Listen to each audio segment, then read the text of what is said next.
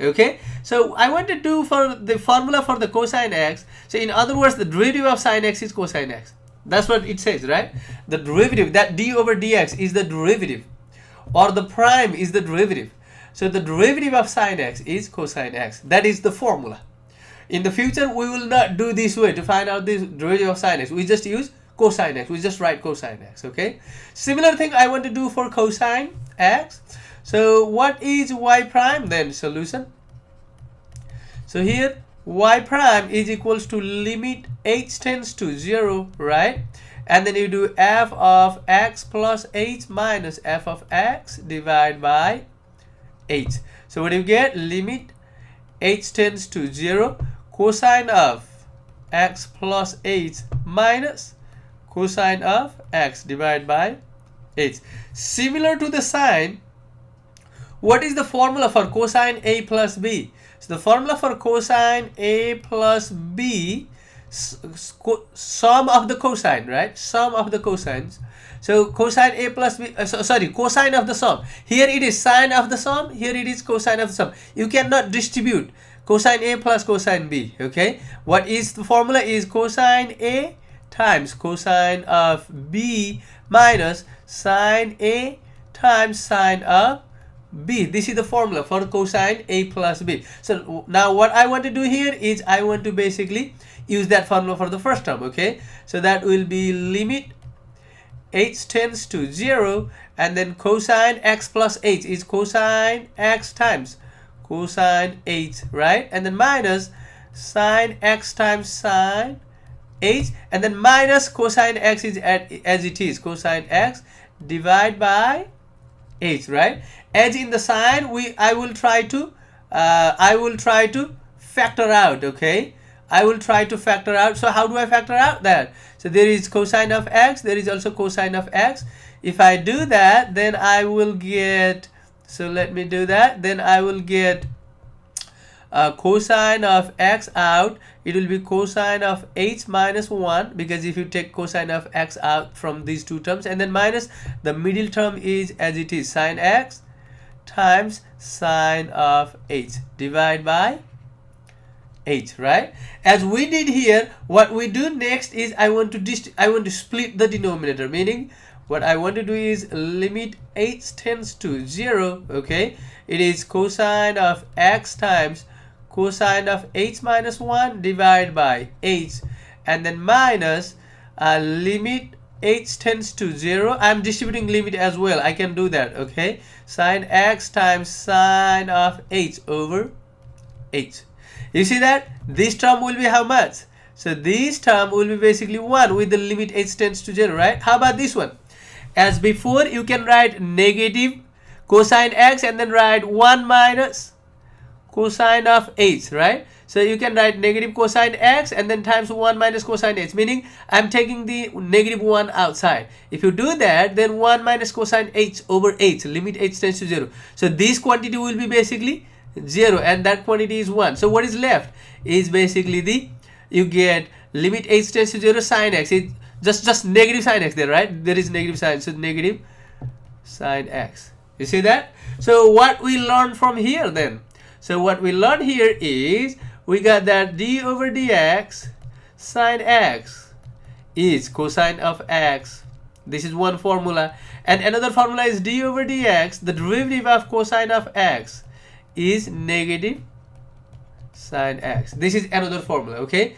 These are the two formula we just learned by the limit process. We find out this by the limit process, okay? We use the limit process to find out these two formula. So the similar method can be used to find out the derivative of secant x, tangent x, cosecant x, and cotangent x, okay? So next I want to list all the formula that we will need to use to do the problems, okay? That is the direct method or the direct formula. Okay guys, let us see the list of the formula there. Let us first list all the formula that we have so far. The first formula is, we call this is power rule, okay? Power rule, okay? So the power rule says that the derivative of x to the n is n, that goes to the front, and then x n minus 1. So once you use that formula, you don't have to write d over dx, right? D over dx is gone. So this is basically the derivative. That d over dx is same as the derivative. You can write this as like this: x to the n, and then prime is nx n minus 1. This is the same thing, okay? Nx n minus, let me write n minus 1 in the exponent. So you can write that way too. So that's what they say. They have the same meaning, okay? So also the derivative of a constant, if there is a number without any x, then the derivative is 0. So the next thing we learned is derivative of sine x is cosine x. In other way you can do sine x prime is cosine of x. This is another way of writing that. You can do that for all those formula, but this is another way, okay? The derivative of cosine x is negative sine x. The derivative of tangent x is secant square x. You can derive this formula too. Just do the method that we did for sine and sine x and cosine x, okay?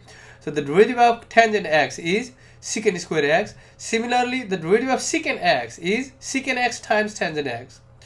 The derivative of cosecant x is negative cosecant x times cotangent x.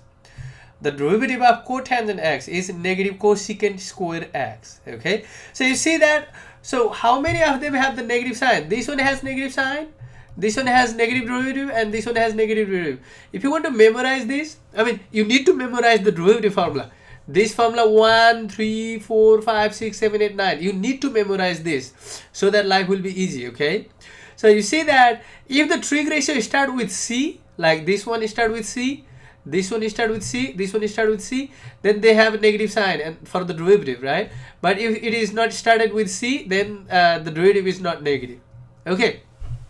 So some properties of derivative is, if there is a number k multiplied to a function fx, you can pull that k outside. You can pull that k outside, okay, outside of the derivative here, and then find the derivative of fx only. You can do that. Again, if a number is multiplied to a function fx, and if you are finding the derivative of the product of a number and a function, then you can pull that outside the derivative and find the derivative of function only. Similarly, if there is a sum of two functions or the difference of two functions, this is difference, right? Then it is same as finding the derivative separately and then adding them. So what we say is the sum of the derivative, the derivative of the sum, right? The derivative of the sum or difference is equals to sum or difference of the derivative. So you can find the derivative of fx separately and derivative of gx separately and then add them or subtract them depending on what sign do they have in the middle, okay? Let us do some examples, okay? So fx equals to negative 5. So what will be f prime of x? Look at this. The formula number 2, right? There is no x on the right side. So it is just a constant. The derivative of constant is 0. That's the answer. Now number 2, y equals to x to the 1/3. The formula number 1, right? You have x to the n. So you can write 1/3 times x to the 1/3 minus 1. You see the formula nx n minus 1. So now you need to simplify this, okay? So 1/3 is there. What is x to the 1/3 minus 1? So you can write 1/3 minus 1 is basically, you can write 1/3 minus 3/3, right? So how much is that? 3. 1 minus 3. 1 minus 3 is negative 2, right? You can write negative 2/3. You see that? But if you want to write in the better form, since this has a negative exponent, you move that to the denominator, right? You can write 1 over 3x to the 2/3. If you want to be even more nicer, you can do 1 over 3, and then these 3 in the denominator of the exponent goes to the cube root, and then that x to the 2 will stay there, x square. You can write that way, okay? So that is the very final form. You cannot further simplify from here. All right, so you can do that way. Now in example 3, you have 3 different terms. So what you can do, you can find out the derivative of the first term, derivative of the second term, derivative of the third term separately, okay? So what we do there is, so you find out the so let me write down y prime there. So if you do that, then y prime is the derivative of 5 times x cubed. It is same as 5 times, what is the derivative of x cubed? Because see, the property number 1 here, it says that if there is a number multiplied to something, then you can pull that number outside and find out the derivative of that function only. So I'm pulling 5 out, and I want to find out the derivative of x cubed only.